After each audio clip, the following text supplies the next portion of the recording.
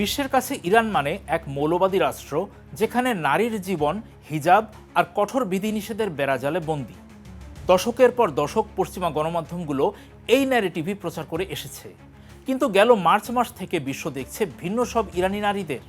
পুরুষ শাসিত পৃথিবীতে যাদেরকে নরম কোমল করে রাখার চেষ্টা চলে বা এমন ন্যারেটিভে উপস্থাপন করা হয়, সেই কথিত নরম হাতে দেখা মিলছে সাহসী রাইফেলের।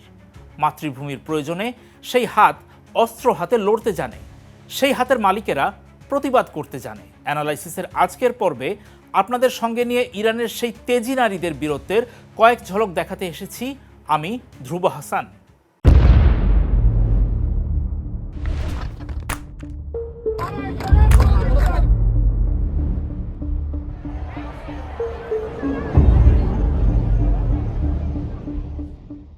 পুরুষ শাসিত পৃথিবীতে নারীদের প্রায়শই কোমলমতি হিসেবে উপস্থাপন করা হয়, কিন্তু ইরানের বর্তমান প্রেক্ষাপট সেই সংজ্ঞাকে বুড়ো আঙুল দেখাচ্ছে।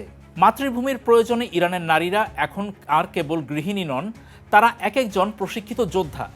গত 17 এপ্রিল তেহরানের রাজপথে কন্যা শিশু দিবস উপলক্ষে আয়োজিত সমাবেশে দেখা গেছে এক অভূতপূর্ব দৃশ্য।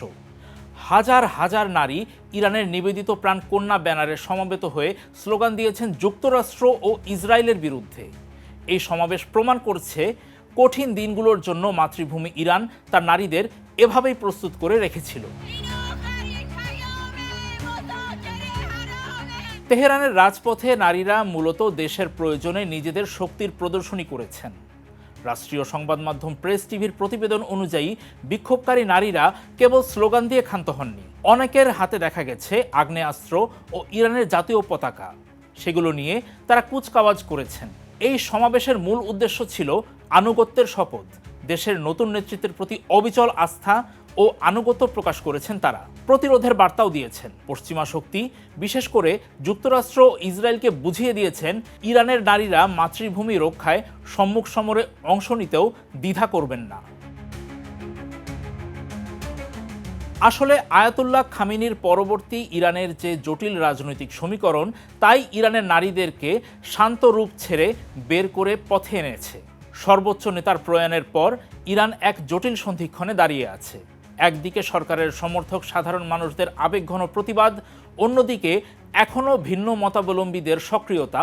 সব মিলিয়ে পারস্য উপসাগরের তীরের এই দেশটিতে এখনও চরম রাজনৈতিক উত্তেজনা বিরাজ করছে। যখন আন্তর্জাতিক মহলে ইরান ও যুক্তরাষ্ট্রের মধ্যে নতুন করে আলোচনার গুঞ্জন শোনা যাচ্ছে, ঠিক তখনই রাজপথে নারীদের এই রণহুঙ্কার ইঙ্গিত দিচ্ছে যে সাধারণ ইরানিরা কোনো ধরনের আপোষকামিতার পক্ষে নয়। সমাবেশে আসা নারীরা ক্যামেরার সামনে সরাসরি যুক্তরাষ্ট্রের পতন কামনা করছেন। তাদের অবস্থান ছিল অত্যন্ত কঠোর। তারা যে কোনো বিদেশি হুমকি বা আগ্রাসনকে ভয় পান না। শত্রুপক্ষকে যদি আলোচনায় বসতে হয়, তবে অবশ্যই ইরানের শর্ত মেনে নতি স্বীকার করেই আসতে হবে। নেতৃত্বের নির্দেশই তাদের একমাত্র পথ। পশ্চিমা শিবির অবশ্য বাকি পৃথিবীকে বোঝাতে চাইছে এই বিক্ষোভগুলোতে রাষ্ট্রীয় পৃষ্ঠপোষকতা আছে। তাদের দাবি, খামেনির মৃত্যুর পর তৈরি হওয়া শূন্যতা পূরণ এবং জনমতকে ঐক্যবদ্ধ রাখতে সরকার এই ধরনের জাতীয়তাবাদী আবেগ প্রদর্শনকে উৎসাহিত করছে। ইরানের এই উত্তাল পরিস্থিতি কেবল মধ্যপ্রাচ্য নয়, বরং বিশ্ব রাজনীতিতে এক নতুন সমীকরণের জন্ম দিতে পারে বলে ধারণা করছেন বিশ্লেষকরা। রাজপথের এই উত্তাপ শেষ পর্যন্ত আলোচনার টেবিলে কোনো প্রভাব ফেলবে কি? মার্কিন প্রেসিডেন্ট ডোনাল্ড ট্রাম্প এখনও যে ইরানে হামলার ভয় দেখাচ্ছেন, ইরানের এই শক্তিকে তিনি আমলে নিচ্ছেন তো? দর্শক, কমেন্ট সেকশনে আপনাদের মতামত জানার অপেক্ষায় থাকলাম।